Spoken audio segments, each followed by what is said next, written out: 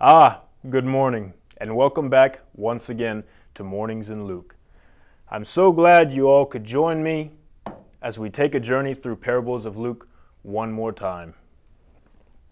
This is the parable of the lost son. To illustrate the point further, Jesus told them this story. A man had 2 sons. The younger son told his father, "I want my share of your estate now before you die." So his father agreed to divide his wealth between his sons. A few days later, this younger son packed all his belongings and moved to a distant land, and there he wasted all his money in wild living. About the time his money ran out, a great famine swept over the land, and he began to starve. He persuaded a local farmer to hire him, and the man sent him into his fields to feed the pigs. The young man became so hungry that even the pods he was feeding the pigs looked good to him, but no one gave him anything. When he finally came to his senses, he said to himself, "At home even the hired servants have enough food to spare, and here I am dying of hunger. I will go home to my father and say, 'Father, I have sinned against both heaven and you, and I am no longer worthy of being called your son. Please take me on as a hired servant.'" So he returned home to his father, and while he was still a long way off, his father saw him coming. Filled with love and compassion, he ran to his son, embraced him, and kissed him. His son said to him, "Father, I have sinned against both heaven and you, and I am no longer worthy of being called your son." But his father said to the servants, "Quick, bring the finest robe in the house and put it on him.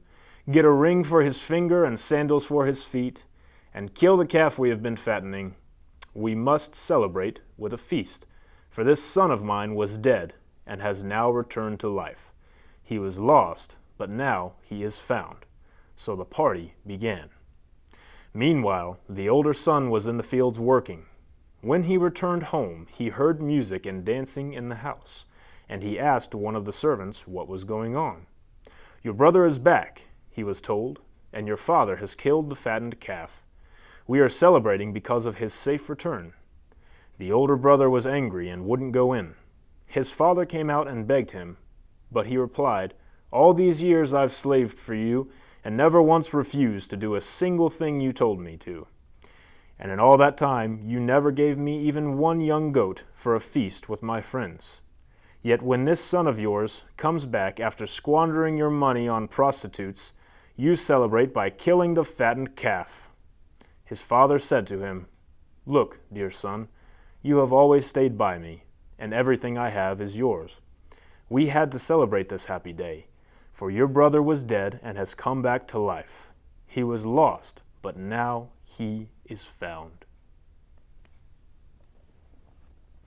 Now remember, this is not just a fun story, but there is a lesson to be learned here. Just as displayed in the story, you are never too far from the grace of God, and there is always hope for you to return home to your Father. And if you do, as an added bonus, He may even give you one of the finest robes in heaven.